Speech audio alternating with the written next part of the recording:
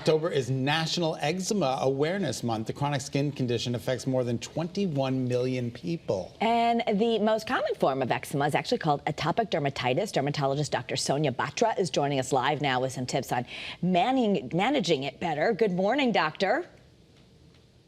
Good morning, Kara. Good morning, Scott. Thank you so much for having me and for raising awareness. I know about plaque psoriasis because of the Cyndi Lauper commercials and the Cosentix ads. Is that the same thing that we're talking about, or is this a different disease?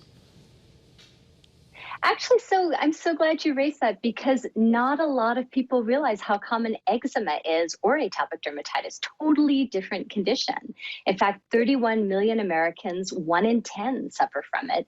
And while they both can cause itchy skin, the reasons are totally different. And in atopic dermatitis, what you do see is some redness, some scaliness, some dry skin. But the reason for it is actually an overactivity of the immune system that's due to the barrier not being intact of the skin. A lot of things that are meant to be on the outside world with atopic dermatitis are finding their way in, like bacteria and irritants and allergens. So it's much more of an allergic, itchy, red skin condition than something like plaque psoriasis. So how do we manage it, and does diet matter? So excellent questions, actually. In terms of management, I was alluding to the fact that it does really all come down to the barrier of the skin. So we talk about not too long, not too hot showers that otherwise might strip the skin, really hypoallergenic, scent-free, dye-free, everything from your laundry detergent to your cleanser to your moisturizer. And of course, talk to your dermatologist. I'm partnering with Insight to raise awareness. We have a whole armamentarium of tools. And to your question about diet, it's actually an excellent question because atopic dermatitis is linked with allergies and asthma. So if you know you're actually allergic to something that you're consuming, we do know that that atopic triad is all linked and it can cause flares. Yeah. Doc, what is actually happening beneath the skin of those with AD?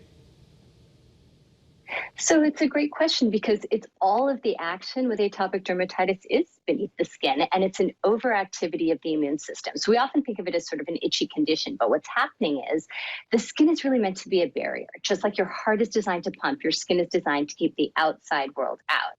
And in people with atopic dermatitis, there are little cracks and fissures and breaks in the skin that are visible only under a microscope, but they let in the bacteria and the irritants and the allergens.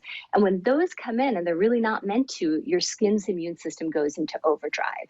And that's what's causing the itching, that's what's causing the redness, the scaling, and all the discomfort that leads to so much disruption in people's lives. Yeah, this wide-scale inflammation. We forget our skin is the biggest organ on our Absolutely. body. So how can you best manage the condition? Yeah. Well, I think in terms of management, there's two aspects. There's the day-to-day habits of really maintaining that barrier. I know it sounds like a cliche, but moisturize to keep your skin sealed. Remember those scent-free, dye-free products. Try to minimize water immersion because counterintuitively, those long hot showers that feel so good are really dehydrating to your skin. And then, of course, the reason I'm here is to help you understand the science. So educate yourself on why that inflammation is happening. Have a really informed conversation and partner with your dermatologist to set up a management strategy and prevent the flares. Maintain. Go to our website, which is startfromscratch.com. It's an excellent resource that summarizes all of this science so that you can really act preventively and have a meaningful, informed conversation with your dermatologist before you flare. Thank you so much, Dr. Batra. It was so nice to meet you, and thanks for all of your wonderful advice this morning. Thank you so much for having me. I really appreciate all the effort to raise awareness. That's Absolutely. terrific. Thanks.